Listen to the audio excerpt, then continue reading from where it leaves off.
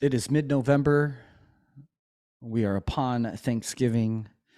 The Homs are traveling. I think we were rumbling in the office, just talking a little bit about how like the schedule is different, right? And the holiday schedules and travel, and we are wondering, like how people are going to be this year around everything with that regard. And I said something like, if the Homs are traveling, then likely more people are going to be traveling. My family and I, we haven't traveled since the Health Freedom for Humanity Symposium back in October 2021. Um, I believe that Luca has never been on a plane, and he's going to be 2 in February.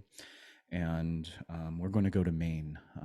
One of the big stories from 2020 was wondering if my daughter was going to meet her only living great grandparent, her great grandmother, my wife's dad's mother, who this year is we are going. That's why we're going. And she started to verbalize like, "Hey, like this is going to be the end of my life," and we found it really really important to stretch our comfort zones. It's going to be an interesting dynamic to travel, and many of you guys understand how that goes for families and young kids, and traveling over Thanksgiving isn't always the easiest, but community is that much more important, right? And the thing that I said back then was, because my daughter never got to meet her great grandmother, was, is there any benefit? Is there any benefit to the youngest member of the family tree meeting the oldest member of the family tree, and they sit in each other's lap and they hold each other, they hug each other, they look in each other's eyes, they shed a tear,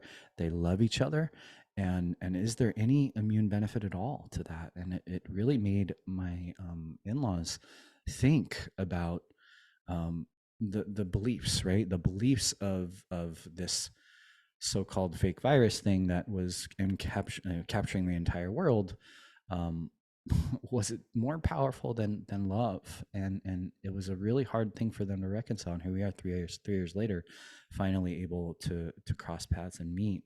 And so we're really excited about that, and we're really excited to be able to do that. And for my kids to meet their only great grandparent is amazing. My um, wife's grandmother is a daughter of the American Revolution, which means my daughter and my wife are daughters of the American Revolution. I've shared that story in the podcast. I've shared that story in a lot of places. And to us, we don't take that lightly, in a sense that our family has such a legacy for freedom and sovereignty. Also had some Army buddies come in town for Veterans Day. They surprised me. We've been talking a lot about VA claims and things like that, and they felt like it was time for us to have a reunion, but also time to really come out to see me. And it was awesome because I shared a lot of the things that we had been through.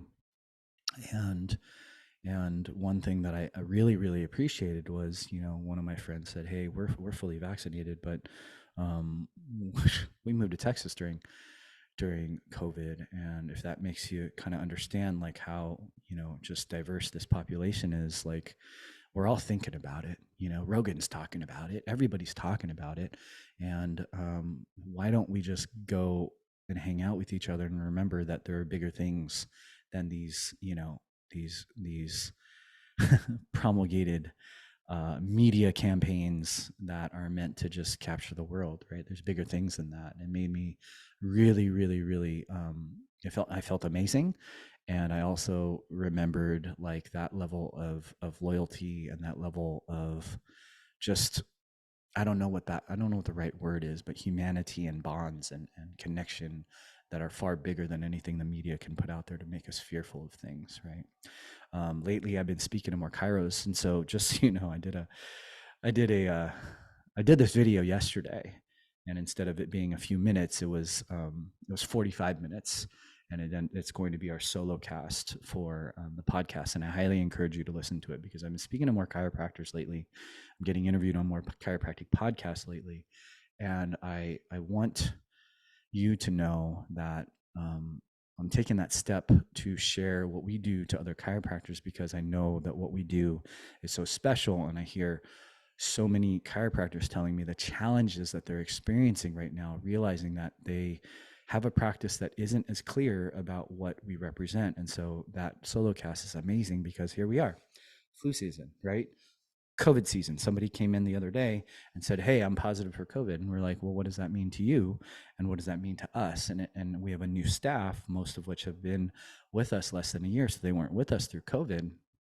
And so it wasn't about, sheeps and the getting all amped up and fired up and fighting for freedom. It was more of just like logic, right? If the test doesn't actually mean anything, and if it's not diagnostic, and there's cycle thresholds and things like that, then what are we really afraid of, right? And we rewind, say, 5 years in our practice, and one of the most common things that we would say is that the most important times to come in are when you're too busy and too stressed and you think you can't, right? That's a really important time to come in and get adjusted. When you think you're too busy and stressed is exactly when you need an adjustment. And when you're not feeling well. We've had so many people come in recently that weren't feeling well, and they're like, "Oh, I was violently throwing up yesterday," and then all of a sudden, like, super gray and lack of color in their face and low energy, and then they get adjusted, and I'm like, "Wow, your cheeks are rosy. Wow, you look a lot more vibrant after a single adjustment." And the next day, it's like, "Holy cow, like, everything is better." And so what we don't do is live in fear. If everybody's eating well, and if everybody's taking care of their lifestyle, and if everybody's actually getting adjusted and having a better innate intelligence and internal resiliency, then we don't live in the same level of fear that everybody else does, that largely doesn't believe that there is this innate intelligence, that doesn't believe that there's this internal recruitative power. And if you don't believe that, then life can be really difficult for you. And so a lot of times the bridges that we bring people on to more health, freedom, and more sovereignty are just these moments in time where they can sit back in logic and realize that, there's a reality. And the reality is when there are two people living in the same home doing exactly the same thing, maybe three people, right? One will express symptoms and down spiral, right? And one will express symptoms and get over it really quickly. And one won't express symptoms at all. And we worry about the one that got super sick, and we fear about that bug or whatever it was, or the thing that they were exposed to. But we don't think about the people who actually did really well, and what did they do well, and what can we repeat about their success, about their resiliency. It's everything that chiropractic has been about, and that's what I'm super excited to start really sharing to chiropractors, especially the young ones that know, and are so much more inspired than a lot of us old guys, right? Um, it reminds me to make you, aware of our November promo. I highly encourage you to invite people into the practice, introduce them to what we do, show them our Instagram page, show them our posts. If anything speaks to you, share it with your friends and family. Why? Because honestly, we think it's a ripple effect, that once we have families that bring other families, that it can't be stopped. The community can't not be well over time. And then over time, as communities largely get better and better health and resiliency, then the ability for us to resist not only bugs, but psychological operations and all the crazy things that come around are so much more likely, because you have evidence of what it really is that we're defending, which is an amazing healing capacity that each one of us, especially newborn babies, we've had so many new babies in the practice who are just showing us how powerful life is, right?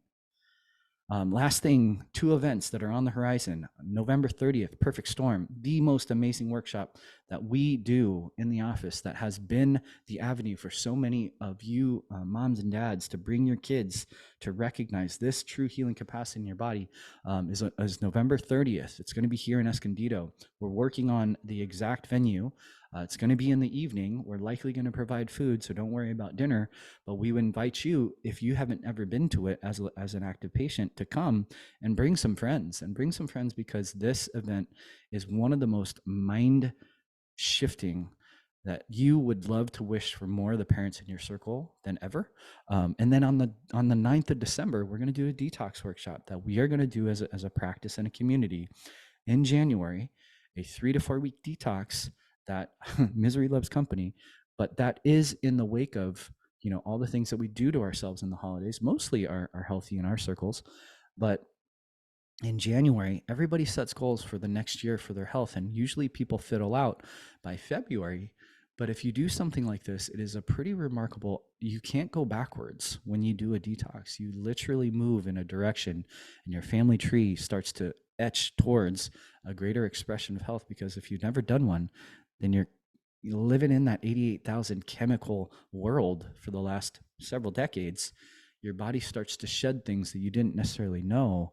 And that's physical, mental, spiritual transformation. I've been doing detoxes and cleanses since 2005, and I credit them with the ability for me to unwind a lot of chronic illness at an early age that set me on the path to really, really, really educating myself on what's really possible for humanity. So love you guys. Welcome to November. If you made it this far in this video, why don't you jump on the podcast and listen to that solo cast? It's going to be, it's a really, really good one. And can't wait to see you in the office. Can't wait to see you throughout the holidays. And genuinely, like, we're just super grateful to be able to travel and to be able to connect with family. We haven't in a while. Love you.